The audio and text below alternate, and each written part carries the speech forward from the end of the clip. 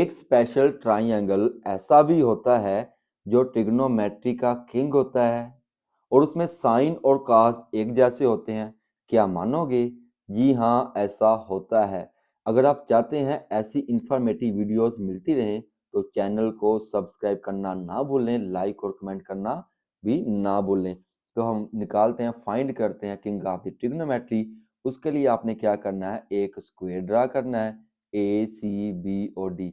आपको पता है स्क्वायर के अंदर एंगल कितने का होता है, 90 डिग्री का। ये भी 90, ये भी 90, ये भी 90 और ये भी 90।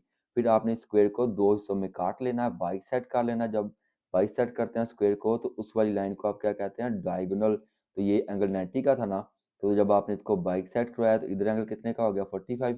इधर भी एंगल कितने का हो गया, 45। अगर एक ट्राइंगल में दो एंगल सेम हो जाए तो उसको आप क्या कह सकते हैं, कमेंट में बताएंगे? चल मैं बता देता हूँ, उसको आप आइसोसेलेस ट्राइंगल भी